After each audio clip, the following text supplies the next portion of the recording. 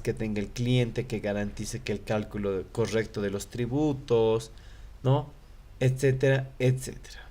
Entonces, el objetivo principal de una auditoría como desarrollo del servicio de revisión fiscal es exactamente eso, revisión fiscal del 100%, quizás lo más seguro, para hacer conocimiento de cómo se encuentra el contribuyente a la fecha en cuanto a las obligaciones tributarias que tiene, ¿no? Acá se pueden explayar ustedes añadiendo, porque estos 4 o 5 puntos que tenemos no es todo lo que se puede tener o elaborar o realizar para llevar a cabo una revisión fiscal. Acá sí ustedes se pueden explayar bastante, pero les voy a pedir que para el examen de las Olimpiadas sean más concretos o al menos coloquen las partes más significativas o importantes para poder llevar a cabo un tipo de revisión fiscal. Como ustedes pueden ver resaltado con verde, me hace mención a muchas cosas, cálculos de conceptos impositivos, base imponible, cuotas, deducciones, bonificaciones. Y así podemos seguir. Es por eso que yo les voy a pedir que, según su criterio, coloquen lo más importante, ¿no? En cuanto a una revisión fiscal desde su punto de vista, obviamente, ¿no? Porque una revisión fiscal abarca todas las obligaciones tributarias. Entonces, quiero ver de cada uno de ustedes cuál es su criterio para una revisión fiscal del 100%, que es lo más importante del área impositivo. ¿Ok? Muy bien. Acá tienen varios puntos, varias ideas, pero obviamente en su conocimiento yo sé que estos se van a explayar. Y la última parte es lo que ya no va a entrar. Muy bien, entonces simplemente los 4 enfoques de auditoría que tenemos: planeación impositiva, control posterior, contingencia de impuestos y revisión fiscal. Nada más. Olvídense del último punto. Olvídense de una parte práctica. Simplemente en forma teórica va a ser todo. ¿Ok? Esta es la parte teórica del examen en pocas palabras. Muy bien. ¿Existe alguna duda, consulta hasta acá respecto al capítulo número 3? Solo va a entrar esa parte.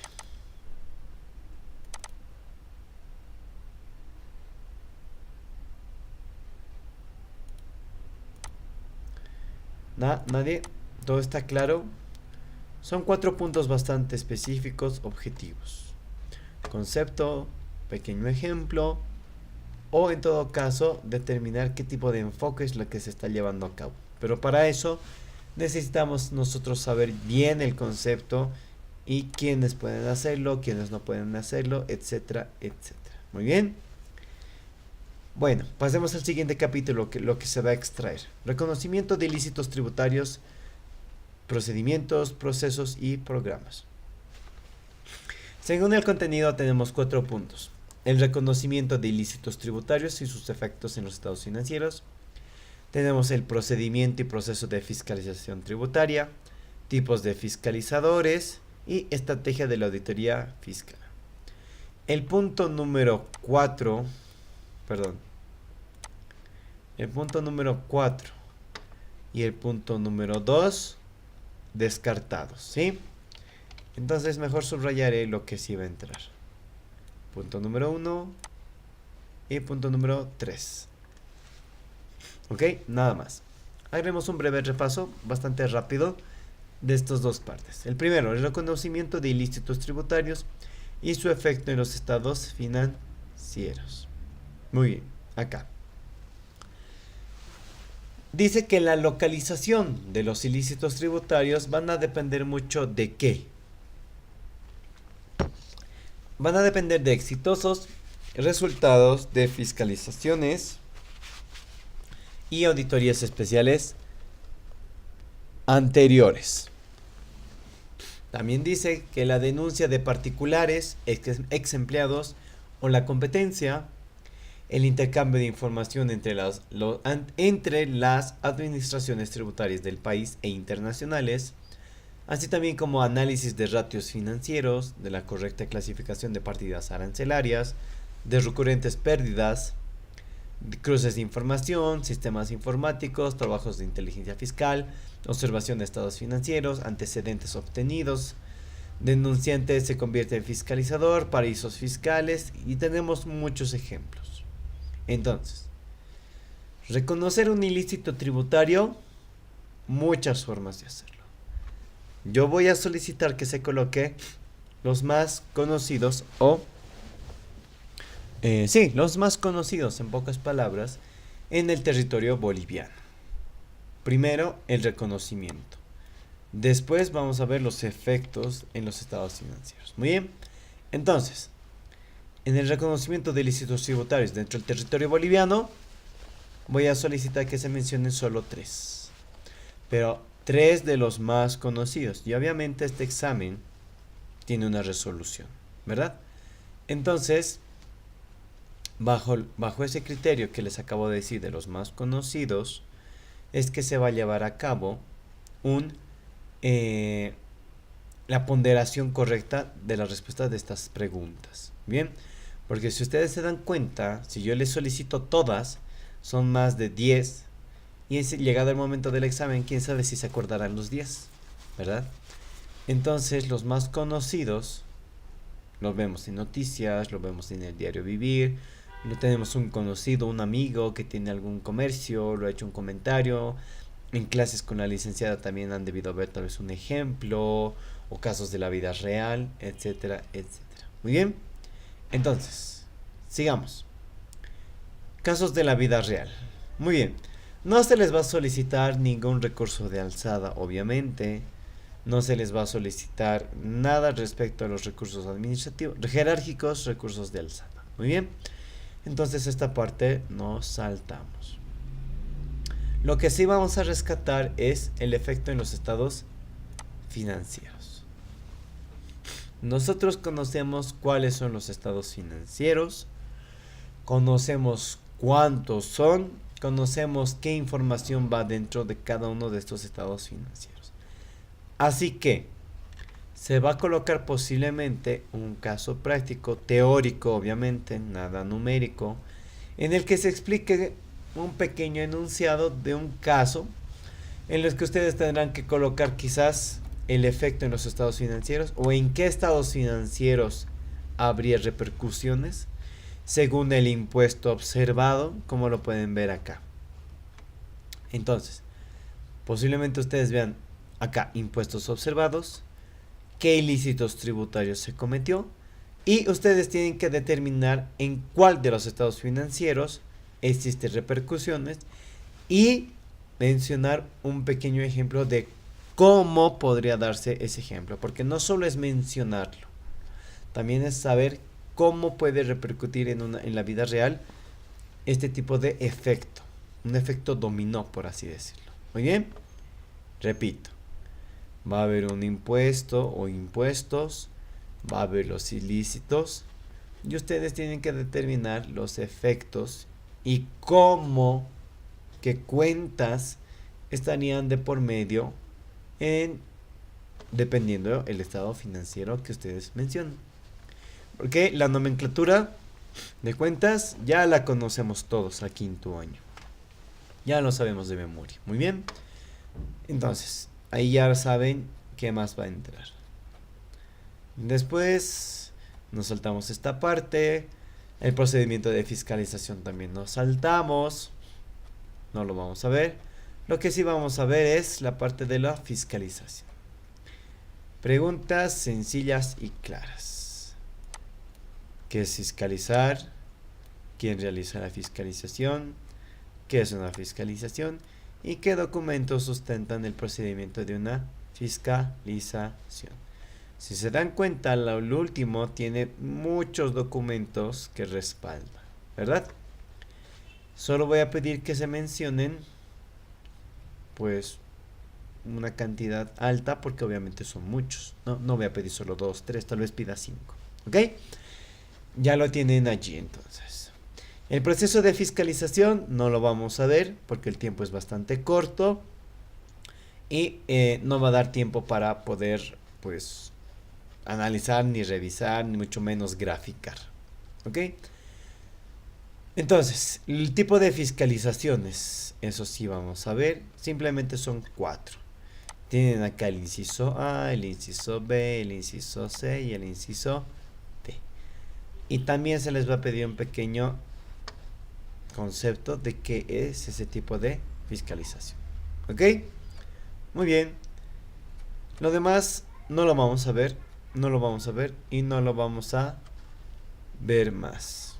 Sí, porque no va a alcanzar el tiempo para que ustedes puedan ver o poder reflejar un caso de la vida real o los procedimientos. El tiempo es bastante corto, en verdad, ¿sí? Muy bien.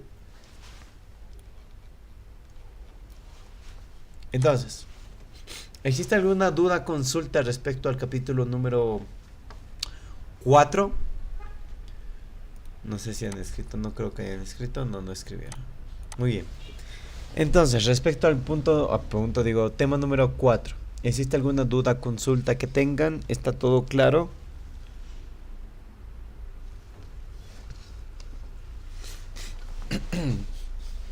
Muy bien.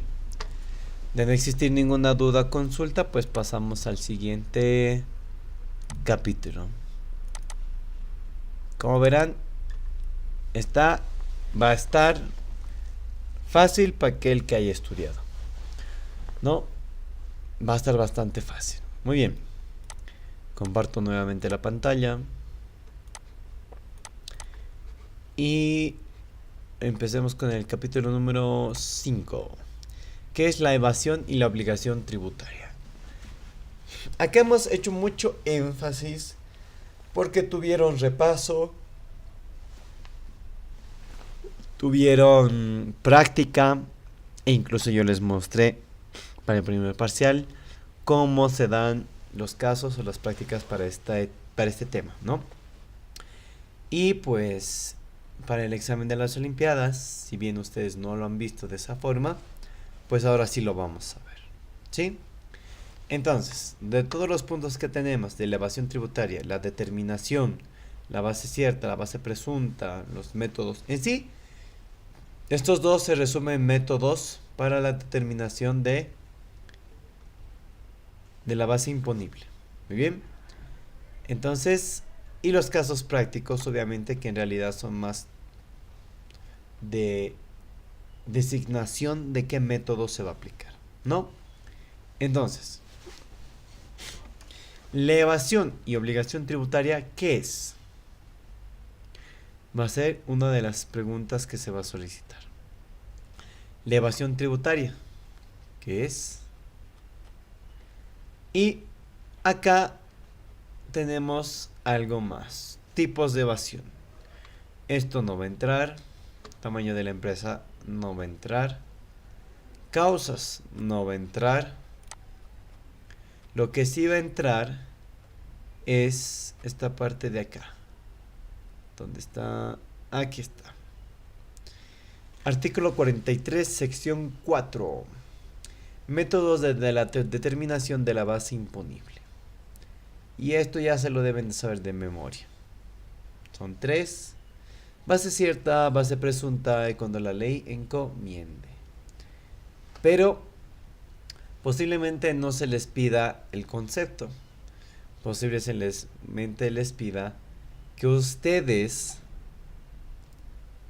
coloquen cuál de los 3 métodos se debe aplicar en diferentes sucesos hechos. Ustedes recordarán que cuando avanzamos este tema les había mostrado yo enunciados, para ser más claros, enunciados de ciertos eventos, sucesos, hechos de algunas empresas contribuyentes, ¿no? Y que nosotros debíamos determinar cuál de estos 3 métodos se aplica, ¿verdad? Yo sé que lo recuerdo. Entonces, para ese caso, ustedes tienen que saber muy bien el concepto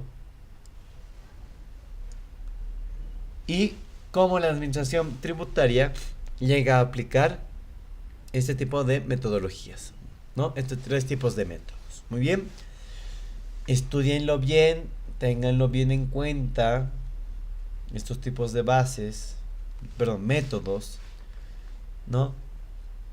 Porque lo más seguro es que no se les pida el concepto, sino ustedes designen. Muy bien. Después, perdón, tenemos las circunstancias para la determinación sobre base presunta, que obviamente esto ya va detallando más sobre el primer método, ¿no? También tenemos un montón, desde la A hasta la H, ¿no? Que son algunas circunstancias, eventos, sucesos, ¿no? Que se dan para una determinación sobre base presunta. Y aquí tienen diferentes tipos de ejemplos. Cuando hay registros, cuando no hay, cuando hay omisión, cuando no se cumple, cuando se altera la información, cuando existe existencia pero no hay en los registros contables, etcétera, etcétera. Tienen varios ejemplos. Estudien estos ejemplos porque puede que en el enunciado se encuentre uno de estos motivos o causales y para ustedes será más fácil determinar qué tipo de método debería aplicar. Muy bien, estudien todos estos tipos de causales, circunstancias. Luego tenemos medios de determinación sobre base presunta. Lo mismo.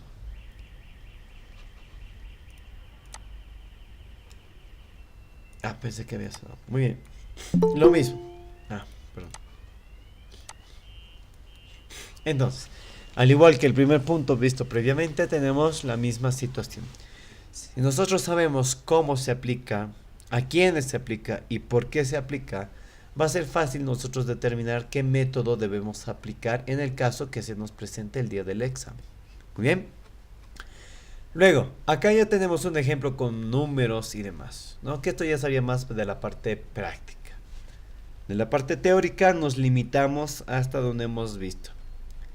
Lo que es casos de la vida real y los cuadros y demás, ya esto podría entrar en la parte práctica. Pero de la parte teórica, que es lo que estoy avanzando ahora, como primera parte, no estaría entrando. Muy bien, entonces, son aspectos concretos y objetivos. Métodos, conocer cómo se realiza, cuándo se realiza y qué se realiza. Muy bien, porque la pregunta, los enunciados puede que no sean tan sencillos, ¿no? Sino que se les solicite más.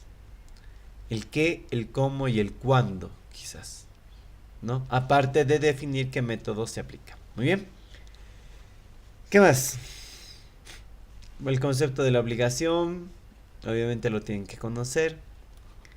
Recursos de alzada no se va a pedir, mucho menos partes o cuadros resúmenes. Todo teórico. Muy bien. Entonces, del tema número 5, capítulo número 5, ¿existiría alguna duda, consulta al respecto? ¿Algo que no está claro quizás? Los escucho.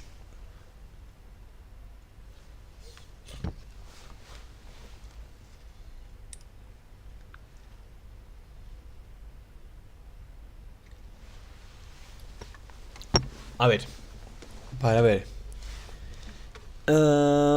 Paola Andrea Pacheco, ¿estás presente?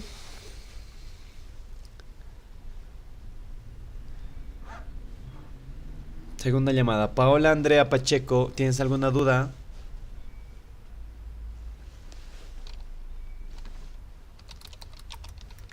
Muy bien. No tiene dudas, pero tampoco está en la clase. Iván Diego Arratia, ¿tienes alguna duda? Sí. Listo. Claro. Listo. Después tenemos a Franco Emanuel Ramírez. ¿Tienes alguna duda, consulta?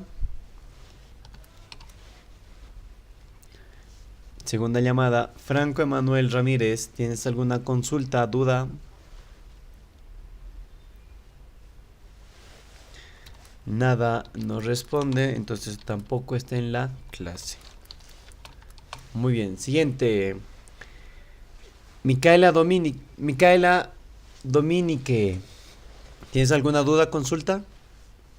No, sí, todo claro. Listo, muy bien. Llamaremos a dos más. Llamaremos a Enrique Condori. ¿Tienes alguna duda, consulta? Segundo llamado, Enrique Condori. Ninguna, listo. Uno más. Llamaremos a... ¿A quién llamamos? Vivian Luz Ramírez. ¿Tienes alguna duda, consulta? No, ninguna. Listo, muy bien. Entonces, las personas que no responden ni por el chat ni por micrófono, se entiende que están conectadas, pero solo por cumplir. Entonces, desde el día de hoy voy a empezar a llamar lista de alguna forma o hacer preguntas acerca de lo que avancemos para respaldar el tema de la asistencia. Aún nos quedan varias clases, nos quedan como 2 meses.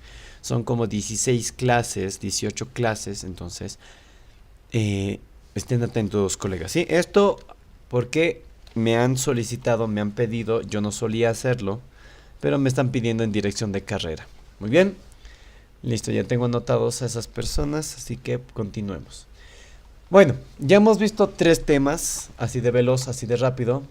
Y repito, son hecho énfasis simplemente a esos temas que se van a, pues, ¿qué se dice? O sea, con enfoque a las Olimpiadas, en pocas palabras, ¿no? No va a haber ningún tipo de...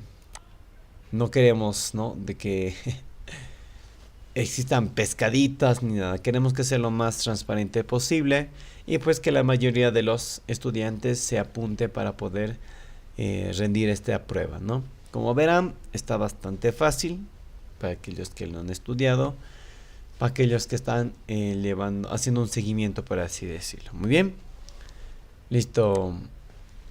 Entonces, después, ¿qué más? ¿Dónde estamos? ¿Dónde estamos?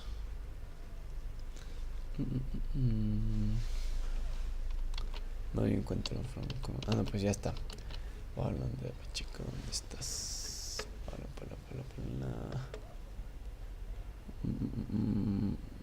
¿Dónde estás?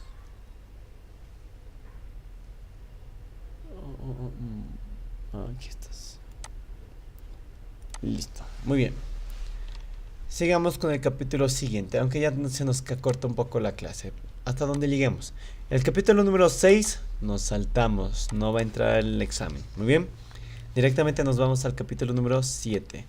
Y en el capítulo número 7 sí hace un poco más de énfasis, o es un poco más largo, pero vamos a tratar de abarcar hasta donde podamos, hasta donde el tiempo nos dé. Muy bien. El tema número 7 hace mención a lo que es la visión de la auditoría tributaria.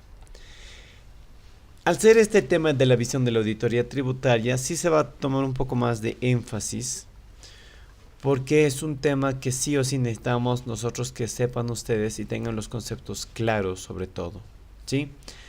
Existen en esta visión de la auditoría tributaria enfoque de arriba hacia abajo, también existe el conocimiento del negocio y del criterio profesional y por último, una auditoría a medida. Lo vamos a ir viendo poco a poco a medida que vayamos avanzando. Pero esto para hacerles recuerdo de que hablaba más o menos el tema. Entonces vamos, ¿el objetivo cuál es? Conocer la óptica de la auditoría tributaria. Muy bien. Como primer enfoque tenemos el enfoque empresarial. ¿Qué dice? Que puede ser aplicado a empresas o entes que desarrollan todo tipo de actividad. Cualquiera sea su tamaño, su magnitud, localizadas en cualquier lugar, sean organizaciones privadas, gubernamentales, que tengan fines de lucro, que no tengan fines de lucro, que mantengan sus registros contables mediante sistemas avanzados de computación o el método antiguo manual, simple, no importa. En pocas palabras, este enfoque empresarial no hace discriminación a ningún tipo de empresa y se puede aplicar a cualquiera que ustedes tengan en mente. ¿Okay? Las características principales que podrían definir y fundamentar este tipo de enfoque serían o estarían referidas a el enfoque de arriba hacia abajo, énfasis en el conocimiento del negocio, énfasis en el criterio profesional, enfoque de la auditoría medida, énfasis en la planificación estratégica, afirmaciones que componen los estados contables, objetivos de auditoría, evaluación del riesgo de auditoría y por último la determinación de procedimientos de auditoría. ¿Son muchos? Son muchos. Sin embargo, solo vamos a hacer énfasis a la mitad de ellos. Vamos a hacer énfasis al enfoque, al número 1. Subrayaremos nomás. Al número 2, al número 3 y al número 4. ¿Está claro? Los primeros 4. El primer enfoque, de arriba hacia abajo. ¿De qué habla este enfoque de arriba hacia abajo? Habla del análisis del negocio del cliente, de su organización, de cómo funciona, sus principales plantas de fabricación, puntos de comercialización, el contexto económico, las operaciones que realiza y los sistemas de registro. Ahora, al hablar del enfoque de arriba hacia abajo, como su nombre lo menciona, se va a focalizar y se va a hacer objetivo en este tipo de análisis de lo más importante hasta lo más bajo, por así decirlo, ¿no? Imagínense una estructura, un organigrama, por así decirlo, donde en la parte de arriba se encuentra el directorio, se encuentra el gerente general, el departamento de auditoría interna, y así sucesivamente vamos a ir bajando hasta llegar a los departamentos de recursos humanos, el departamento de ventas, etcétera, etcétera, hasta llegar a atención al cliente. Muy bien, entonces, este enfoque se caracteriza por ser eficiente, debe ser eficiente. Por tanto, si nosotros hablamos de eficiencia, tenemos que hablar también de objetividad. Y para ser objetivos, tenemos que hacer énfasis en los departamentos, unidades, como quieran llamarlo, dentro de una empresa, que estén totalmente relacionadas, sean significativas, críticas, para cumplir nuestro objetivo de auditoría. Por lo general, los departamentos que sí o sí conllevan una gran responsabilidad dentro de una auditoría, dependiendo del tipo de auditoría, en este caso financiera, pues se conversará con el departamento de ventas, inventario, gerente general, el encargado de los departamentos de venta, contabilidad y posiblemente auditoría interna. Pero si hablamos tal vez de una auditoría especial, es decir, una auditoría especial puede ser por alguna denuncia de los recursos que están siendo maltratados, un desvío de fondos, ¿no? Entonces abarcaremos tal vez el departamento de recursos humanos, que es quienes llevan la planilla tributaria, la planilla de sueldos y salarios, ¿no?, del ente. Y así podemos ir rescatando otros departamentos, asesoría legal posiblemente, porque ya puede tener indicios civiles, penales, ¿no? Entonces, a eso se refiere el enfoque de arriba hacia abajo.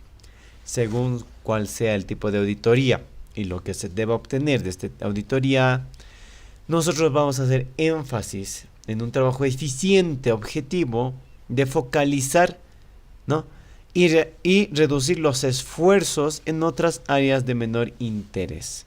Vamos a abarcar aquellas áreas que tienen una relación directa, el 100%, significativos o críticos. Muy bien, en eso se resume el enfoque de arriba hacia abajo. El segundo, énfasis en el conocimiento del negocio. En el conocimiento del negocio, como su nombre lo dice, simplemente es el hecho de tener comprensión, conocimiento de cómo funciona el negocio, cómo está estructurado el negocio, cuáles son sus principales ingresos, sus gastos, sus costos, si tiene financiación de algún ente, cómo es su mercado, quiénes son sus principales clientes, la vulnerabilidad de la organización, las variables que existen para que pueda esta empresa surgir o también ir para abajo y aquella información indispensable que pueda contar la empresa, ya sean sistemas de información, inversiones en algunas otras empresas, transacciones en el extranjero, etcétera, etcétera. Entonces, para elaborar un adecuado procedimiento de auditoría, lo que nosotros primero tenemos que hacer es conocer a la empresa, de inicio a fin. Si bien vamos a hacer énfasis en algunos aspectos más que en otros, tiene que hacer también puntos o aspectos que puedan reflejarte a ti la situación patrimonial y financiera del ente.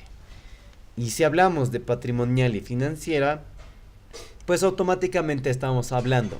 Si hablamos de la parte patrimonial, tenemos que saber cómo está estructurado el directorio, los accionistas. Tenemos que ver a cuánto ascienden los importes, ¿no? Ahora, si hablamos del área financiera, tenemos que saber sus ingresos, sus costos de fabricación, sus gastos, el mercado cómo se mueve, quiénes son mis principales clientes, mis principales proveedores, la vulnerabilidad que existe de mi empresa en el mercado frente a la competencia y todo aquello. Entonces, este énfasis en el conocimiento del negocio hace énfasis a todo lo mencionado. Muy bien. Entonces, esto ayuda ¿para qué? Para reducir los riesgos de auditoría y generando posibilidades de brindar un valor agregado al trabajo, lo que conocemos también como un plus de la auditoría. Por ejemplo, que mediante recomendaciones sobre los sistemas de la organización, ¿no? En el documento de control interno, recomendaciones a control interno, que seguramente permiten retroalimentar a la empresa en áreas claves de su gestión.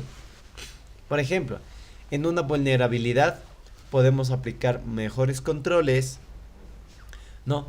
En el tema de los proveedores, hacer números y tal vez recomendar que se debería buscar otros proveedores, o que el mercado debería moverse, ¿no? O con los gastos respecto a los costos de fabricación, etcétera, etcétera.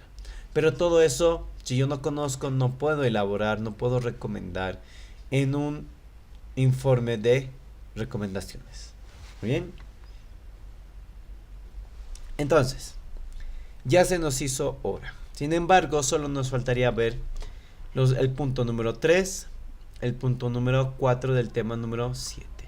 Solamente se va a solicitar los primeros 4. Repito. Bien. Posiblemente se les pide el concepto o posiblemente que el concepto se vea reflejado en un ejemplo. Muy bien. O posiblemente, como en el tema anterior, que se les brinde un enunciado y ustedes determinen qué enfoque o hacer énfasis podría ser el que mejor se aplique a ese tipo de visión de auditoría tributaria. Muy bien.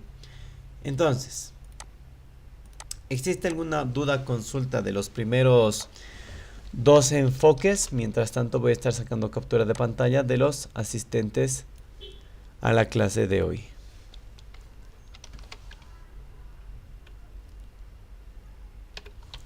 Y por último vamos a hacer un último llamado. Jocelyn Calizaya, ¿tienes alguna duda, consulta acerca de los últimos 2 enfoques?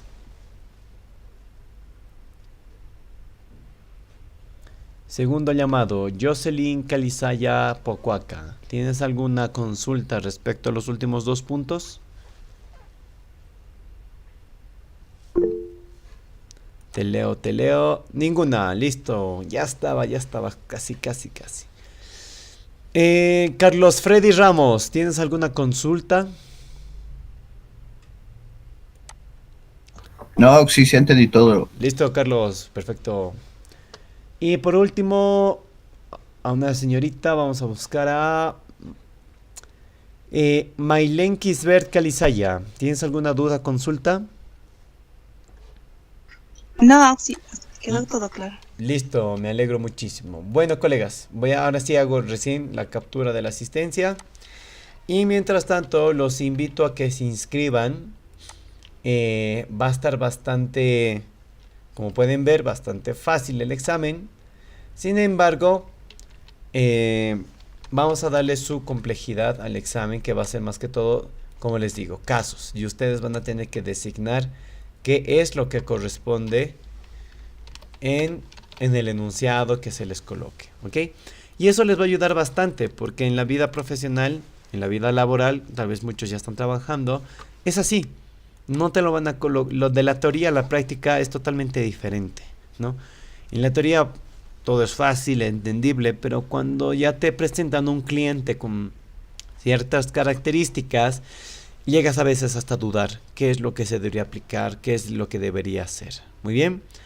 Entonces, les invito nuevamente a inscribirse.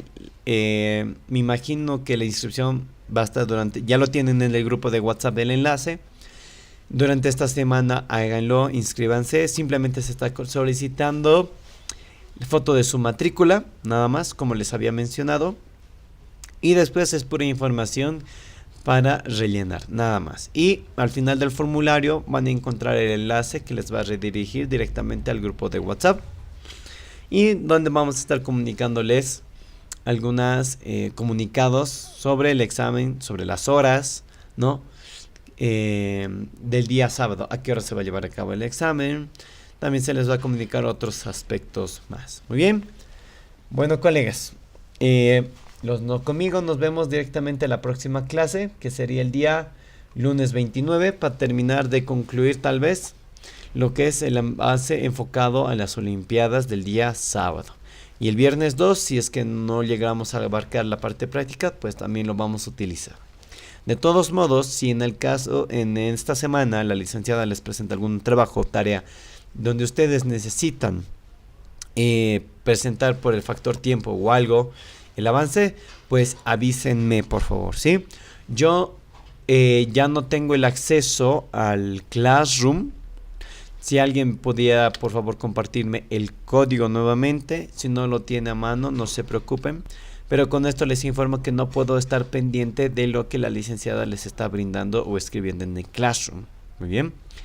Entonces, avísenme, por favor. Si hay trabajos que requieren mucho tiempo, es por algo. No lo guarden al último momento. Lo vamos avanzando con calma. Muy bien.